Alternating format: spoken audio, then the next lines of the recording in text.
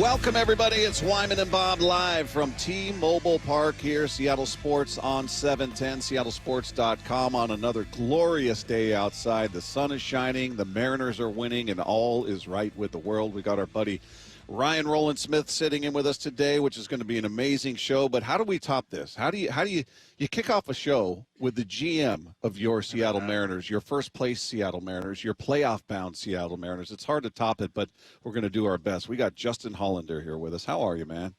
If you had like Cal Raleigh on that, anybody who's actually on the field contributing to good things would have been better. Do not minimize your contributions, okay? I said it to you last night. I said it to you before the show. Congratulations, and I don't know. Give me your feeling last night. We saw each other right before the Naylor hit last night, and not feeling great about how the game was going, and then he comes up with a moment that I think people will refer to like the Cowell home run that sealed it in 22 and things like that. But when that happened, what were you doing? What was your reaction? So obviously I went ballistic, in our little booth next door. And I think the thing that always hits me when good things happen in baseball, and Ryan can attest, winning is hard. It is really, really hard to win a game in the big leagues. It's hard to win 80 games. It's hard to win 85 games. It's hard to win 90 games. It's hard to make the playoffs. The emotions of 6 months of a baseball season, you're playing well, you're playing poorly, you're sometimes doing a little bit of both. Like it's really hard, and you think about all you have to overcome in a baseball season, injuries and performance and emotions, and we're good, we sink, we're good again. That's what went through my mind is, wow, this is hard, and we should celebrate tonight because it's really hard to win. Yeah, Justin, it's a great point. The fact that, and we're seeing this around baseball too, especially with the Detroit Tigers all of a sudden, the Guardians, and what's happening with this wild card. But I want to going back into that series in Houston, that 3-game series, which was, in my opinion and a lot of people's opinions, the most crucial series. I'm not going to say in Mariners history because then people are going to start pulling away like 1995 and all this. But in They'll start correcting you. In the last decade, there wasn't a bigger series than that, if I can think of any. Right?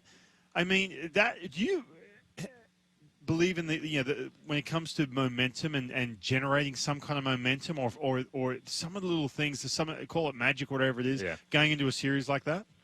I'm not a big believer in momentum. Momentum is as good as you make it out to be. I think momentum is about controlling your own emotions and going out and performing really well. I think this group is really good at that. I think we were at probably our low point after the first game in the Atlanta series on the last road trip, and there was all this nonsense about they can't win on the road. This team doesn't have what it takes inside to win the tough games. I think that's all a bunch of garbage. Like, momentum is as good as Julio being able to hit a homer in a way that nobody else can and change the tide and let everybody relax a little bit. So, I don't think there's a magical force that, pushes baseball players or athletes or people one direction or another. But I do think there's the ability to slow the game down. I talked about it the other day, the ability to downshift and just let your talent take over. And some guys are better at that than others. And I think we have a group right now that's really comfortable with who they are. And I'm not a big believer in I looked in his eyes and I knew everything would be fine type thing. I just don't think anybody can really do that and is that good. But I did feel really comfortable going into Houston, just the vibe around our club, that we were going to play really well. I didn't have the expectation we'd sweep and kind of dominate for 3 straight games for the most part. But I just felt like they looked like they were ready. There wasn't an anxiousness. They just looked like they were ready to show that they were better for that 3 games.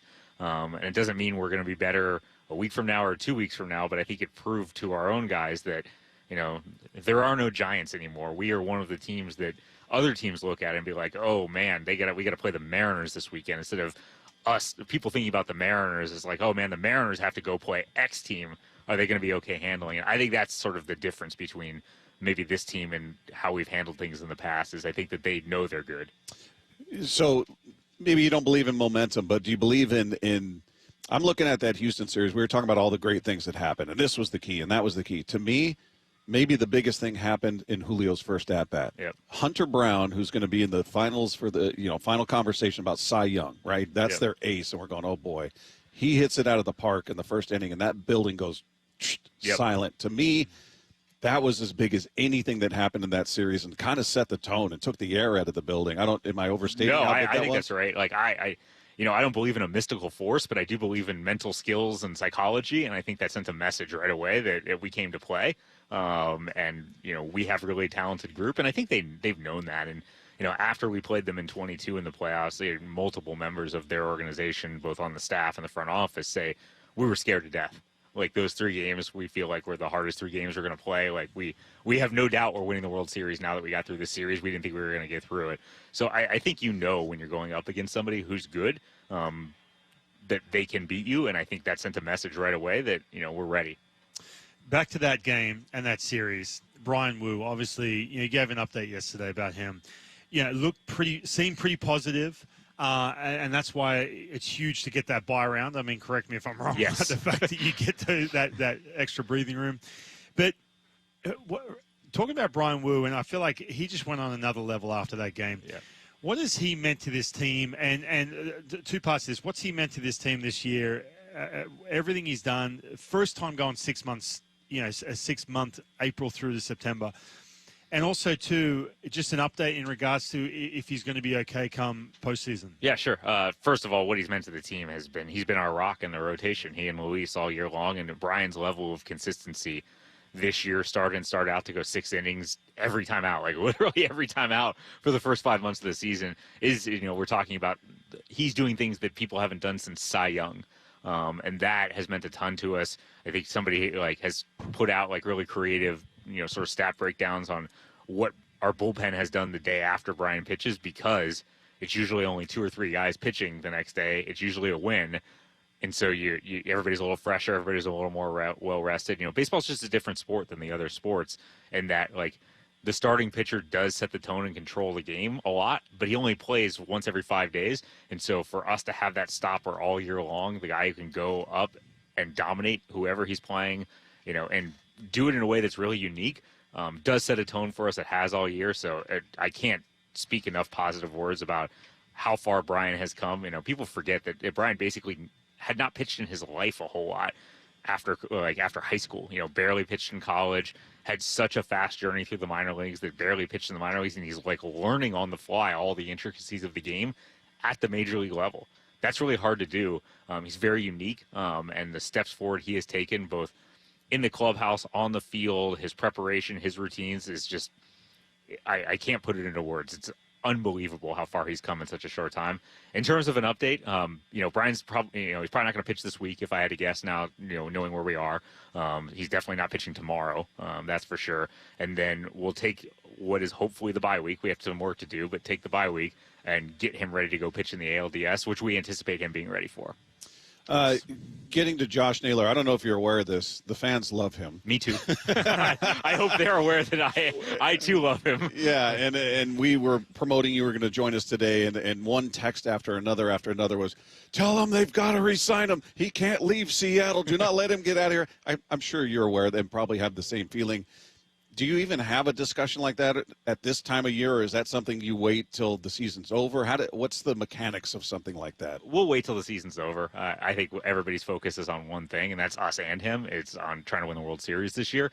I don't think there's a need to cloud it with contract talks or things like that. I'm sure we'll have conversations when our season ends. Hopefully that's very late October, and we have some celebrating to do first. But I think Josh really likes it here. We like him here. He couldn't be a better fit in every way, on the field, in the clubhouse. His baseball IQ is off the charts. His personality, his edge, his grit, his sense for when to do certain things in the game. It's just all top of the scale. It's a great fit on our team. We've loved having him so far. I hope he's here a lot longer. Are you surprised by what we did an interview with him, I don't know, a month ago, and I don't know if you heard it, but I said to him, hey, this is thought of obviously as a pitcher's park. And he goes, really? And I thought he was messing with me, but he was serious. And he goes, I think it's a hitter's park. I think it's easy to hit here. And his numbers back that up. And I, for the life of me, couldn't think of somebody from the outside who ever said anything like that about this park. Is that, how unique is that A, he feels that way about the park, and B, that his numbers here back it up, because he's hitting like 350 here since he's come over. He's always hit well here, even before he wore our uniform. That was not a surprise to us. I never really talked to him about what it's like to hit here or anything. Obviously, he didn't play for us. I think he just sees the ball really well here. Different guys see it well in different places. I saw an interview on one of the Fox games of the week last year. I think it was with I think it was Paul Konerko. And they asked him what his favorite park to hit it in, and he said Seattle. I love seeing the ball in Seattle. You know, it's probably not a common thing, but there are guys in the league. You know, Mike Trout's always seeing the ball really well here. That just see the ball well here. There are some guys that don't, and obviously those are probably more prevalent than not. But Josh has always performed really well. I think our team was so excited when we acquired Josh because all they've ever seen of him is just raking wherever we play him, and you know that's. I think immediately there was like a buzz, like, wow, we got a real guy in the middle of our lineup because of what we've seen first person. Justin, take us behind the scenes, but how do you prep? You have a situation where it looks like as things are rolling out, you get that bye round. You're looking at the Guardians, Detroit, you know, as it stands right now. How does the organization, in regards to advanced scouting, prep for this? I mean, do you send out, you know, extra people? How does all that work prepping for the ALDS? Sure. I don't want to put the cart before the horse. We got to do some stuff first, and I want to make sure that we do those things, and that over the next 4 or 5 days to make sure that we do have that, you know, we win the division first, we get a bye, hopefully. Like, we need to do things. So I don't want to just assume anything. Baseball is weird, and a lot of things can happen. In terms of just how we scout, we have a pro staff that during most of the season is evaluating professional players at all levels, more for acquisition than they are for, you know, advanced scouting purposes. Most of the advanced stuff we do is in-house on video. We have Sam Reinertson, who's our director of advanced scouting, and Jeremy Silverman, who's our assistant in advanced scouting, along with a data strategy team who pours through all the info. They'll do the primary work in season. When you get to the playoffs, we merge that with live looks. So we have scouts in every ballpark right now of teams that are likely to be in the playoffs. More focused on the AL than the NL right now, but we'll have bodies in every ballpark advancing already. And they're sending daily updates through our advanced scouting department. And then once we get into series time, they'll send all their info, whether it's tendencies, whether it's live looks and how guys are throwing it or swinging it lately. Like, we'll be fully prepared. When you look at the run this team's on, and it's been tremendous. I mean, you got one tough night for the bullpen that keeps you from having a 16-game winning streak right now. What do you attribute that to? I mean, we know they're talented. The talent is there, but it wasn't. You talked about the rough road trips and things like that. What do you attribute that streak to? I think there's an extra level of focus right now, and you're seeing the best version of a lot of players at once. I don't think there's a switch that you can turn on or turn off. If there was, we would do it a lot more often. Yeah, just leave it on. Yeah, exactly. It's some combination of this team sort of gelling all at once with the new acquisitions, guys fitting into their roles, a bunch of guys having really good Septembers. There's a little bit of luck involved too. The previous homestand when the Angels and the Cardinals were here, we won some close games, and there were opportunities for us to win those games and lose those games, and guys made plays when they had to make plays. Some balls were hit right at people on the other team's end, and we had some balls right at people, and that's kind of how baseball works. Like, nobody's good enough that you can just reel off 15 out of 16 just because you're good. You have to get a little lucky too. But I do think there's an extra level of focus and intent right now from our whole group, and they're really coming to the yard every day, really focused on today. What do we need to do from the time we walk into the clubhouse to the time we go out on the field to give us the best chance to win today? And even games where maybe we haven't played as well for the front half of the game, like last night's an example, finding a way to stay in it to give yourself a chance to win late in the game. Justin, your bullpen, you look at it, right? You look at Bizzardo, who career high in innings was, 25? He had a shoulder issue. What was that, last year? Yep. You have Vargas, who barely made the team out of spring training. The most he'd thrown was like 4 with the D-backs a couple of years ago. He's approaching 70 games. Yep. Gabe Spires had this resurrection this year. The velocity's back. And I know you probably sit there and go, well, in spring training, I knew that was going to happen all along. But are you kind of shocked to look at how you've bridged the gap to get to Munoz? Every year I'm always surprised at what happens in Major League bullpens. I think that's, baseball is a really humbling game. I think anybody who's been around it, and Ryan, you can attest to this, like how many guys you played with where they just had the worst spring training you've ever seen, and then the lights click on in the regular season, and it's like, what happened to this guy? Where did this guy come from? And I think that's more prevalent in any part of the team, or on any part of the team, than anywhere else than in the bullpen. I think it's a confidence position in a lot of ways. You go out and you start feeling it, that you can go do that job over and over again. You get in a rhythm, and you're talking about small pockets within a game, 3 outs here, 3 outs there, where if you execute your pitches and you have talent, you can get on a run. And every year we see guys that fans always talk about, that guy really emerged out of nowhere, Justin Topa or Paul Sewald. Now it's Bizzardo. Like, those things happen in Major League bullpens when you have talented guys and you have good coaches and good process. And I give a ton of credit to Trent Blank and Pete Woodworth, Danny Farquhar, Tony Arnerich, our staff downstairs, along with our analytical and data staff upstairs led by Joel Furman. They do a great job of trying to maximize the skills that each pitcher down there has and put them in positions to succeed over and over and over again. How do you watch a game? Nervously. But I'm a fan. Yeah. Look, I'm not a journalist. I'm a fan when it comes down to it. So on the road, I'm in front of the TV. or I'm like, what in the world are you? I'm screaming at the TV. How do you have to keep everything in perspective? So when they're struggling like they were on the road, what are you like? What are you doing? I'm shockingly similar to that. Embarrassingly so. I try not to be. I try not to ride the highs and lows, but I'm a human being. Like, it's very, I think it's very normal to react at times when you have so much invested in it. I don't want to embarrass myself, but I will just to tell the story. On the front end of that Atlanta trip, we had Cleveland and Tampa, and things didn't go our way. We're up 4-0, 5 minutes into a game. We lose a game. We had some bad luck and some balls that hit the chalk or, didn't get calls or whatever. And at one point, I think it was during the Tampa series, my son, who's 10 years old, was sitting next to me, said, "Dad, please stop swearing so much." So it happens, you try not to lose it, and especially in front of an 8-year-old and a 10-year-old. But we have a lot on the line. We have a lot invested in it. Thankfully, my family's pretty tolerant of watching all the games and riding the highs and the lows. And occasionally an F-bomb comes out when you're watching. Hey, but Justin, I'm not going to lie. So we were sitting in Kansas City. Me and Goldie were sitting here, and to my right was, I guess it was the GM's booth. Yeah. So I kept every time something happened, I kept glancing, watching these. You see him standing, cheering, or oh yeah, just fully invested. And then I'd be like, awesome. I'd look away and be like, yeah, okay. I think people are well aware that some things have happened in Kansas City over the years when we've been there. Right. I usually don't go on that trip. Jerry DePoto's family lives in the area, so he typically goes and spends the series with his parents, or his dad in particular will come watch the game with him, and it's a great time for him to connect. Obviously, being the last road trip I jumped on.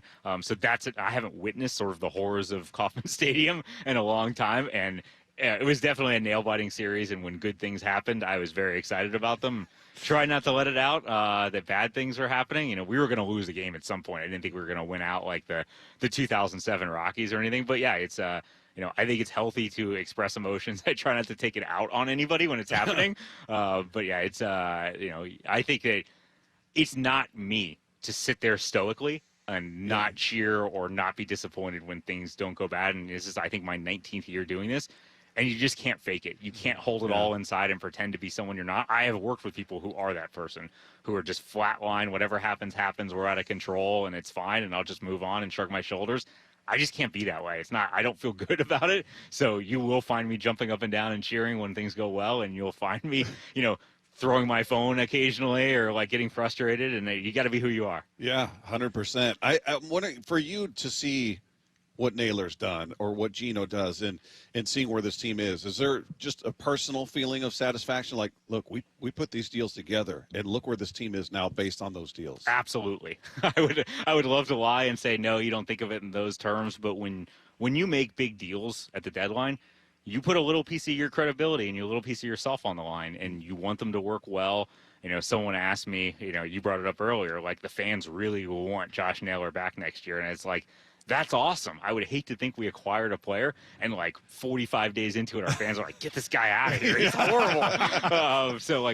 That's a true sign of success of feeling good that, not just our fans, but our front office, our players, our coaches are all in on the guys we brought in because they've made such a difference both on the field that everybody sees and off the field.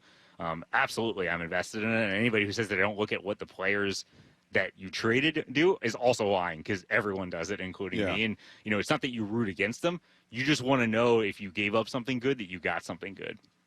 Justin, getting to the postseason, for this team to have a deep run, what are the key – what's the formula for this team? Besides the obvious, going score runs and pitch well. But like, what's the formula for this team as you're looking at them to have that deep run and who they're up against? Yeah, I've thought about this a lot because I've been asked this a lot lately. I think a lot of people, and I don't want to start like a baseball culture war, but I think a lot of people say, oh, you got to like move runners or you got to do the little things, and you do. The teams that win in the postseason hit homers and they get awesome starting pitching and high leverage bullpen guys step up. Like that's what wins in the postseason almost every year. There's occasionally a team that like has the magic wand that hits a bunch of singles, but the pitching is so good in the postseason. You think about you're getting the best teams in baseball, you're getting the 12 best teams in baseball. You're getting the 3 best starters for the first round, or maybe 4 best, depending on how the schedule lines up. So the 4 best starters from each of those teams, and call it their 3 or 4 best relievers every day, over and over and over again. So like, I don't know if you guys watched the Tigers Guardians game yesterday, but you're getting Tariq Skubal and Gavin Williams, and both those guys are like sitting on 99 with just unhittable breaking balls yesterday. And then you're getting the high leverage bullpen guys. You're getting Cade Smith throwing 100 with a nasty splitter coming, and that's every day in the postseason. So the idea that you're going to string like 5 hits together and you're going to like steal bases all over the place with traffic, what you can't do in the postseason, you can't walk people, you can't make mistakes with runners in scoring position. And you can't have short outings by your starters where you have to expose the whole staff over and over again to long outings from your pen. Quality starting pitching, quality at-bats, taking walks, hitting the ball hard in the air. Like, that's ultimately what wins in the postseason. I think we're well-equipped to do that. I think we have elite starting pitching. I think the back of our bullpen's really good. And we have a really diverse, deep lineup that can hit the ball out of any ballpark and can present problems for pitchers, whether left-handed or right-handed, whether they lean on secondary stuff or lean on the fastball. I think we're pretty diverse in that way. The one thing that I heard just about every player who spoke to the media last night say is, they're all celebrating. It's great. We got more work to do. For sure. There's more to do. You said as much. So everybody understands. And I like that they're in that frame of mind. But do you allow yourself to picture what it would be like to have a World Series game here in Seattle? I mean, you've seen how berserk these fans go and how loud this building gets in regular season games of consequence. Do you ever allow that to enter your mind? Like, if we're in the World Series and we've got games here, what it would be like? Almost every day. Yeah. Like, just being honest, like that's, when you're tired of doing the thing, that's a thought that gets you untired of doing it, is how cool it's going to be here if we can do this.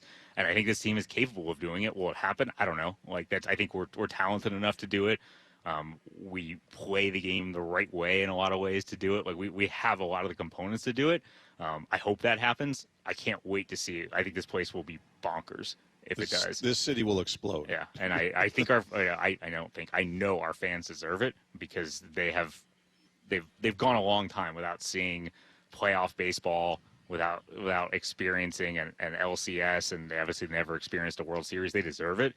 We would love to give that to them, and I know our players would too. I think that's one of the coolest things about this team, and I think people have seen that over not just the course of this year, but over the last couple of years. They've watched these players grow up, and I said it last night, we have 28 awesome people. Like, they're great baseball players, but there's 28 really good dudes who care about each other, and they really care about the fans and this community and making an impact and making a difference, both on the field and off of it. Like, you won't find a team very often that doesn't have a dude that you're like, he's just okay or whatever. We have 28 awesome guys, and I think it's really cool that for the most part, our fans have watched them grow up together. They've watched them break into the big leagues. They've watched them succeed and fail and have to change and adapt and learn different ways to do it. If they follow them off the field, they've watched them get married and start to have kids. Like, they've grown up in this city. They love it here, and they love these fans, and I know they desperately want to give them a lot of October moments this October, and they would love to hold up a trophy and hang a banner at the end of the day. We had Jamie Moyer came in the third inning. I was looking up and thinking, hold on a minute. Last time they won an American League West, Jamie Moyer was pitching, and Dan Wilson was behind the plate. I mean, you think about that, right? How long it's been to get that American League. My son said this the other day. And my son, because Kennedy, Ryan's daughter, and my son Elliot went to school together for a few years. So Elliot is 10, and he said to me this morning, wow, 2001, we won the division, Ichiro's first year, and now we have a chance to do it this year when he goes into the Hall of Fame. How cool is that, Dad? So it is. It's been a long time. Dan, Edgar, Jay, guys that are around the team a lot now, are sort of like you're seeing a second career or a second version of those Mariners, and it is really special. Before we let you go, I got to ask you about Cal Raleigh. Yeah. Look, his performance speaks for itself. I would assume you believe he's the MVP based on playing a premium position and what he does. How much do his words carry weight with you? We always hear about how he verbalizes, "Hey, here's what I think we need to do." Is that something that sits with you and you take to heart, or how does that interaction go for you guys in Cal? It means a lot to me. It means a lot to Jerry. It means a lot to our organization. Cal has earned the right to have be a valued voice and what we do and how we do it. Does that mean we just do whatever Cal wants to do? Of course not. And I think he understands that. He understands he has a job and a role, and we have jobs and roles. But he's earned the right. And I know that Cal spoke out a few years ago about wanting to win, and I think that we all want to win. And he was frustrated at the end of the season, and no one ever would want Cal to apologize for wanting to win. Cal puts his money where his mouth is. He does the things every day you need to do to win. He's definitely the MVP in our eyes because he does things that nobody else does. I don't think people really understand, and I apologize for repeating myself, but the mental and physical toll that position takes is just different than anything else that anybody has to go through.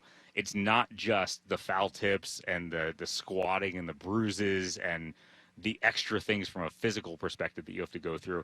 It's the mental toll of preparing 13 guys on a staff to go pitch to 13 other hitters that night, to push the right buttons. Now I almost said put down the right fingers, but push the right buttons, and then have to live with the consequences of the decision that you made every night, and then compartmentalize that, and then go switch hit and go hit 58 homers so far this year. It's an unbelievable thing. It'd be like Sam Darnold playing middle linebacker for the Seahawks on Sunday. Yeah. It's just it's totally different than anything that anybody else does in any sport. It's crazy that he does this. And, there's a scenario, I hope it's not the case, but where he plays 159 games this year while doing it. That's nobody does that. I think he's in the top 3 in the American League in plate appearances as a catcher this year for the most part. So, he's the MVP. He does a ton for our organization that people see, and he does even more that people don't see. And he definitely has a valued voice. Let's hope the 30 voters out there keep all of that in mind. I hope so. I'm guessing it's going to be really close. And that's I've said this all along, there's not a bad choice. Aaron Judge is awesome. I think Aaron Judge is unbelievable. But he's a right fielder and a DH. It's not an anti-Aaron Judge opinion. It's a pro-Cal Raleigh and what he means to our team, the Mariners, and where he fits in the scope of players today. I'm biased, and I'll admit that. But Cal is so unique in what he's doing that I would have to vote for Cal, and I hope that 16 of the 30 voters agree with me. Yeah. Justin Hollander, GM of your Seattle Mariners, you should be proud, man. Congratulations on the season. More work to do. Seriously, there is a cliche. We were very proud we were in the playoffs. I hope we can check another box tonight. There's a lot more we want to do this season. So come out, hang, cheer for us, listen on the radio, watch on TV. Hopefully we have a lot of stuff going over the next month. Well, give yourself a moment to soak it up, man. I had that last night. I want to go do it again tonight.